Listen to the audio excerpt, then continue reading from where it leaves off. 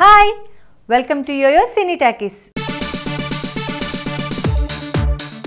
Stylish star Allu Arjun, crazy beauty Pooja Hegde hero హీరోయిన్స్గా నటించిన సినిమా దువ్వాడ జగన్నాథం.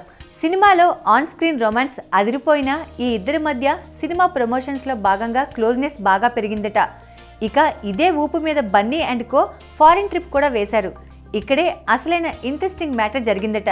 ప్రమోషన్స్లో భాగంగా బిజీగా ఉండటమే కాదు, ఓ నైట్ మొత్తం చిత్ర యూనిట్కు చెప్పా పెట్టకుండా బన్నీ, పూజ ఎటో చెక్కేశారట. తెల్లారు కానీ వారు మళ్ళీ దర్శక నిర్మాతలతో జాయిన్ అవ్వలేదట. ప్రస్తుతం సోషల్ మీడియాలో హల్చల్ చేస్తున్న ఈ న్యూస్ హాట్ టాపిక్గా మారింది. తన సహనటులందరితో బన్నీ క్లోజ్గానే ఉంటాడు. అయితే పూజ విషయంలో మాత్రం ఆ క్లోజ్నెస్ బాగా ఎక్కువైందని అంటున్నారు. తెలుగులో ఎలాగైనా సరే క్రేజ్ తెచ్చుకోవాలనుకునే క్రమంలో స్టైలిష్ స్టార్ను వల్లో వేసుకుందన్న టాక్ వచ్చింది. బన్నీ, పూజ ఆ రోజు నైట్ అంతా విహారయాత్రకు వెళ్లారా లేక ఏం చేశారన్నది ఎవరికీ తెలియని విషయం. టాలీవుడ్లో సరికొత్త గాసిప్లు క్రియేట్ చేస్తున్న ఈ మ్యాటర్పై అసలు సినిమా ఏంటన్నది త్వరలో తెలుస్తుంది. ఇక డీజే సక్సెస్తో పూజ డిమాండ్ ఓ రేంజ్లో పెరిగింది. అందుకే బెల్లంకొండ సాయి శ్రీనివాస్తో చేస్తున్న సినిమాకు ఏకంగా 1.5 కోటి దాకా రెమ్యునరేషన్ తీసుకుంటుందట.